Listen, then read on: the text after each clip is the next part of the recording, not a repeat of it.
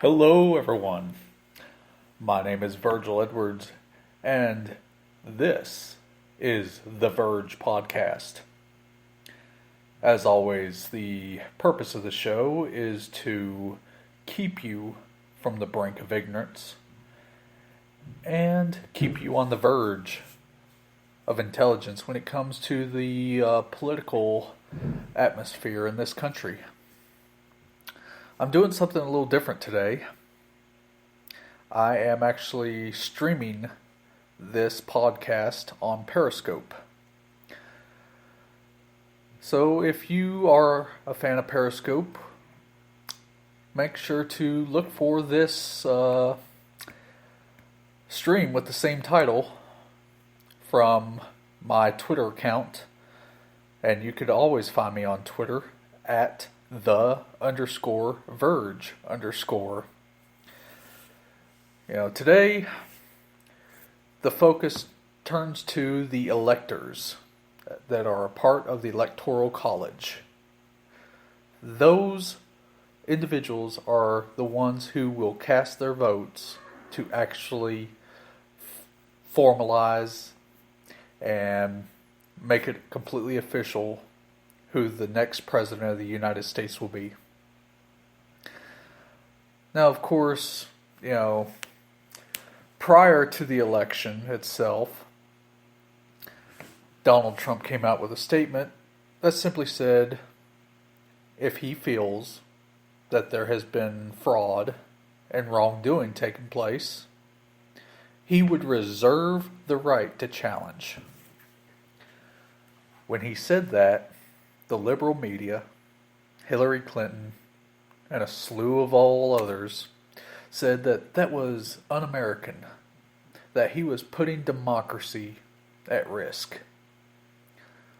And I'm like, someone reserving their legal right to challenge is putting democracy at risk?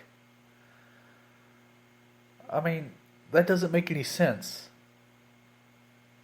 Here we are, post-election.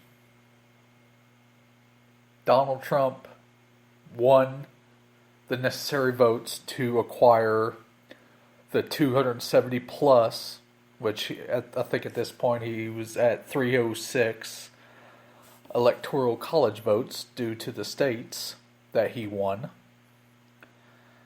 And the liberals are melting down over it. They have been in constant meltdown mode ever since. Having Dr. Jill Stein run around raising money off of doing recounts that have actually ended up showing that Donald Trump actually got more votes. And so now these electors are facing all sorts of, begging and whining and crying from the liberals to the downright death threats from these people saying, you better not vote for Trump.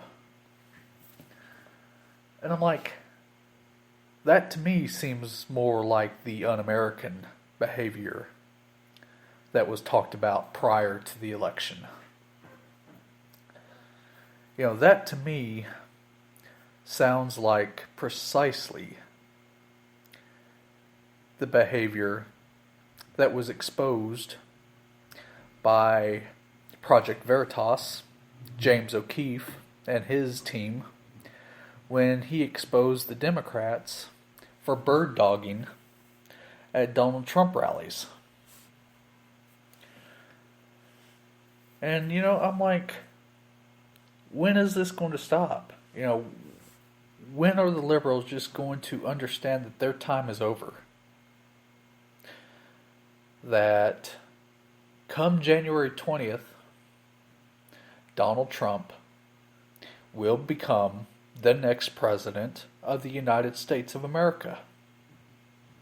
When? I mean, here we are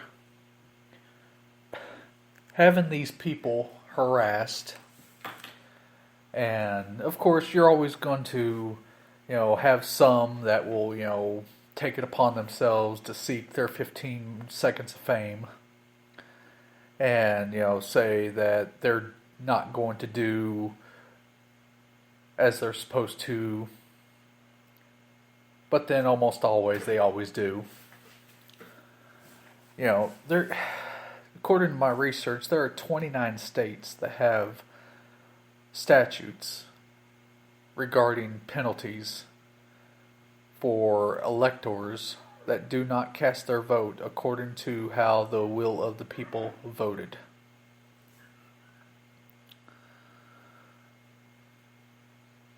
And sometimes there are some that don't do it. But it's never, ever been enough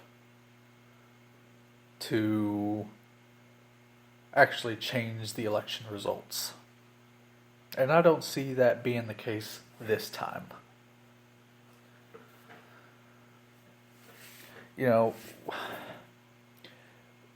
Just why are these people... Now, before I get into that, I want to pose this question.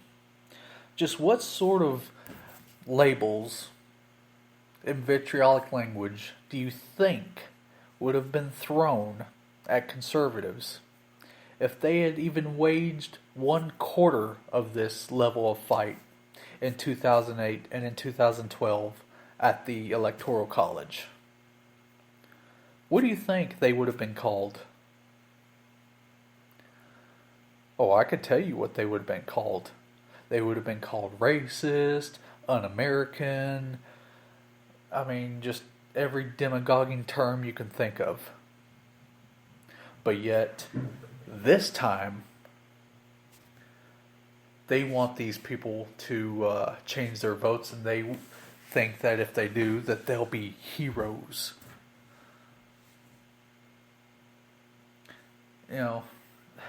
And here's the thing. Donald Trump wasn't my first choice. I would have much rather just about anyone else been the nominee. But you know what? He was the nominee. And he won. He won legally. And so basically, at this point, it's time to accept.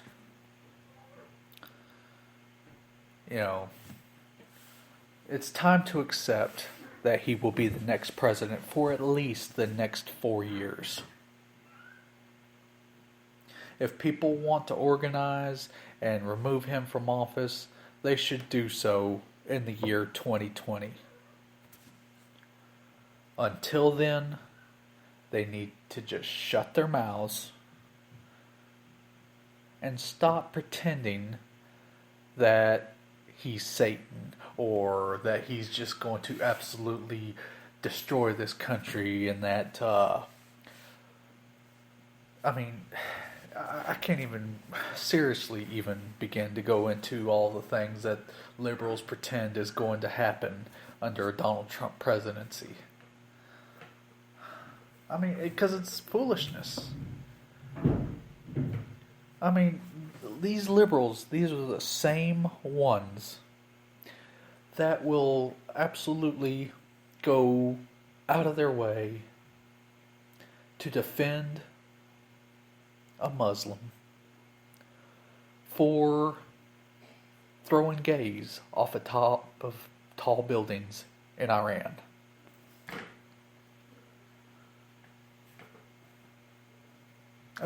That's the level of ignorance that we're dealing with.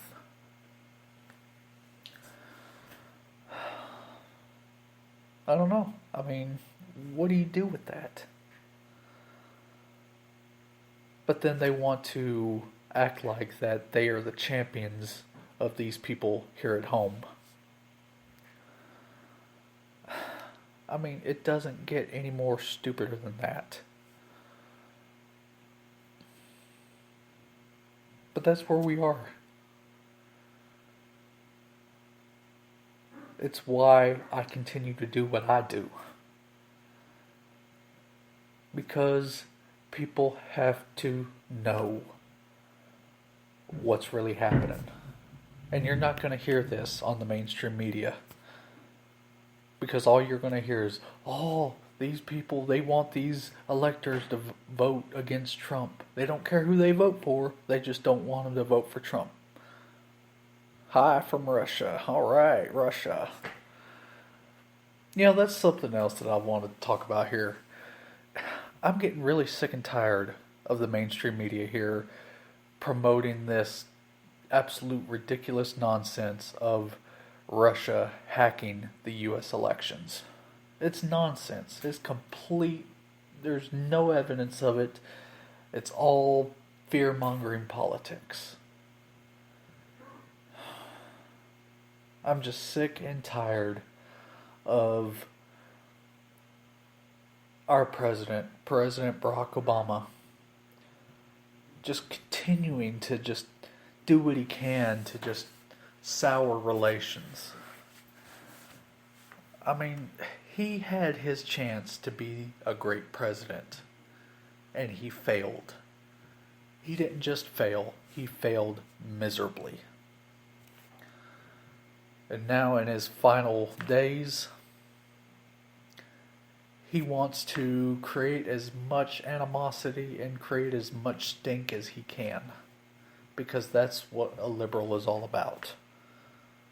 They're all about making it harder for the next person. Whether it's the next president, or the next Congress, or the next generation. They want to make it harder on the next person. I mean, because that's who they are. If it's easy for them now, they don't care. They don't care at what cost. But I'm pretty confident that Vladimir Putin is smart enough to not allow what's being said in our media to affect his judgment. And that I'm confident that when saying Princess 92, thank you for joining. I'm confident that when Trump becomes president next month, that Vladimir Putin will be more than willing and ready to extend diplomatic arms and really get down to some serious peace. Because we will finally have a president that isn't petty, that wants good trade, that recognizes that war isn't the first thing we should go to. In conclusion, I just want to say that when we continue to see how the liberals act post-election, we see them for what they really are. Anti-American, narcissistic blowhards. That's what they are. Call them what they are. And their media cohorts, they're not worth it. They are not worth paying any attention to. As always, I appreciate you listening. Please share this podcast and this stream with your friends and family. Social media, Facebook, Twitter. Until the next episode of The Verge Podcast.